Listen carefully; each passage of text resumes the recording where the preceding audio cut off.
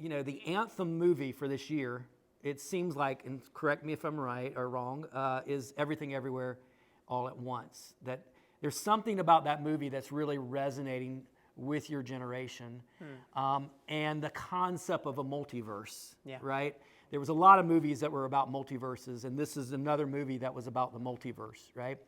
And so I asked Tim about the multiverse concept, and then I want to ask you about multiverse, and this is what Tim said.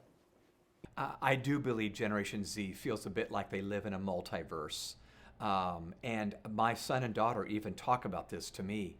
So the first thing I think it produces is a sense of just being overwhelmed. 94% of university students say today that the number one word they use to describe their life is the word overwhelmed. 94%. 44% say, I'm so overwhelmed, it's difficult to function. Almost half.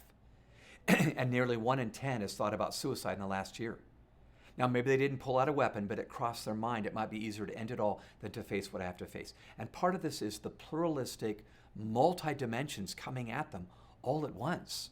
So why do you think Everything Everywhere All at Once is resonating, that whole concept of a multiverse?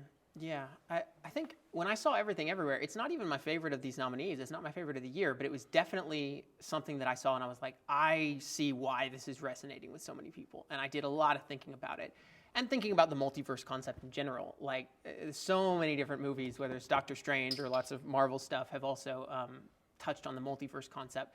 But Everything Everywhere, I think, if some movies use the multiverse just to be like, hey, there's different Spider-Mans and they can meet each other, Everything Everywhere is like, there's a multiverse and it's horrifying. Imagine how overwhelming it would be to know that you were one in an infinite reality of tons of different versions of yourself, all living different lives and possible realities that you could live in. And so the main character in Everything Everywhere All at Once, played by Michelle Yeoh, what's her name? Evelyn, is sort of hurtled through all of these different realities throughout the movie. Realities where she was a movie star, realities where she was a kung fu fighter, realities where she married her husband and where she didn't marry her husband, realities where she made different choices when she was a kid and different choices later. She had hot dog hands. A reality where everyone has hot dog fingers. Yeah. A reality where the movie Ratatouille is real, except it's a raccoon and not a rat, and it's called Raccacoonie. It's all these crazy realities. And so it's very funny, but it is also very existentially frightening, especially for her character, because it's like, does any of my life matter in the face of all of this infinite multiverse of choice and all these different lives that I could have lived? All these universes look better than mine, or worse, or just insane. And how do I make sense of things? And the first thing that I thought when I saw the movie was, this is the movie, along with maybe Bo Burnham's Inside, which is a Netflix special that I really love. I think this is the movie that captures the experience of what it feels like for Gen Z to be alive in the internet era.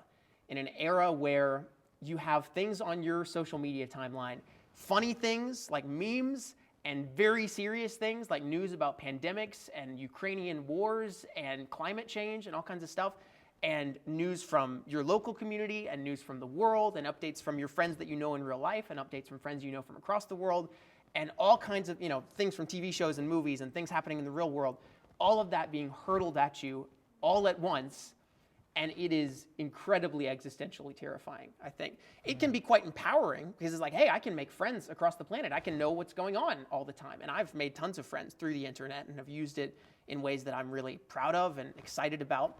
But it's also really scary, because it makes you wonder, what's the significance of my life? What is real, and what is, when can we make jokes about things? I remember, I'm trying to think what it was. I think it was when the Ukrainian war was starting. There was also, at the same time on Twitter, trending some really funny event that was happening in the US. And so I was seeing both of these, this really funny thing happening in the US and the Ukrainian war on my timeline at the same time. And I was like, how do I make sense of this? It felt like looking at two different universes.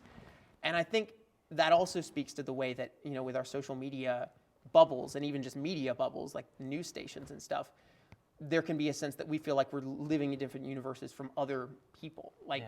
The universe that some of our parents live in, watching different news stations than we do, feels like a very different universe than ours. It feels like all of the information that you are receiving is completely different information than I am receiving. And then on the internet, you can Google the earth is flat or the earth is not flat, and find information to back up either of those positions if you want. So you don't know what truth is, too. Yeah, and a community that will support you in that, which can be amazing, right? I've met amazing community, film fans and fellow filmmakers on the internet, but it can also be frightening to know that you could decide whatever you want and find people online who would agree with you on that. Yeah, that's so good, Houston. Really nicely put.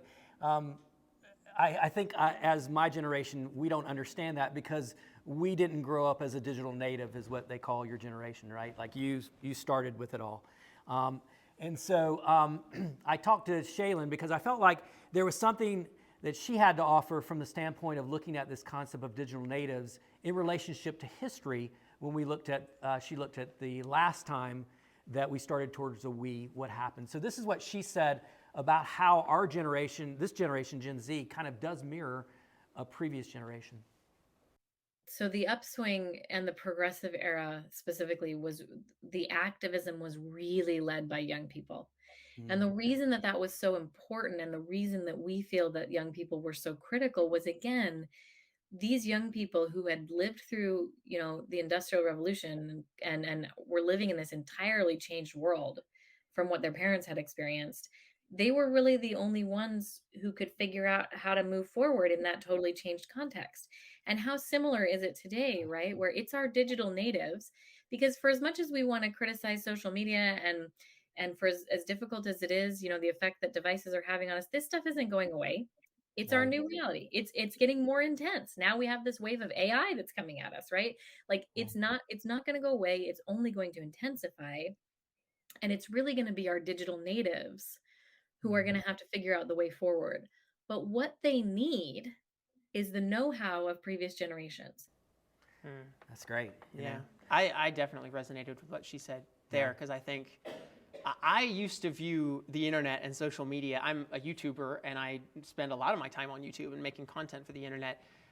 And I used to view it as like a neutral tool that I was like, well, you can just use it for good or bad, and I'll use it for good. And now I go, no, it's rigged for bad. You have to fight uphill to use it for good.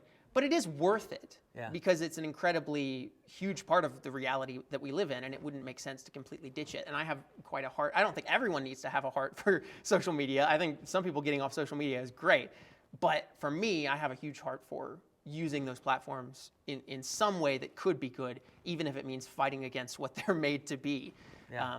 And so, And I think what she's saying is so great as far as giving us hope for your generation being change agents, because you're the only generation that is living in a time, like she said, where, she was talking about the turn of the century where all these kids grew up on the farm with their parents being farmers, and then they went to the city with the Industrial Revolution, and they were the first generation to go into the city and really be a part of this Industrial Revolution. So you're the first generation to go into this, be a digital native, and to lead us forward because you're the generation that has grown up with that, if that makes sense. So, well, it makes me think of what she said about AI. There have been all these AI-generated images and things online in the past few months, and I've seen it fool a lot of older people who don't have experience. But if you ask someone who's from Gen Z, they go, no, zoom in on that. That person has 20 fingers. That was made by a computer.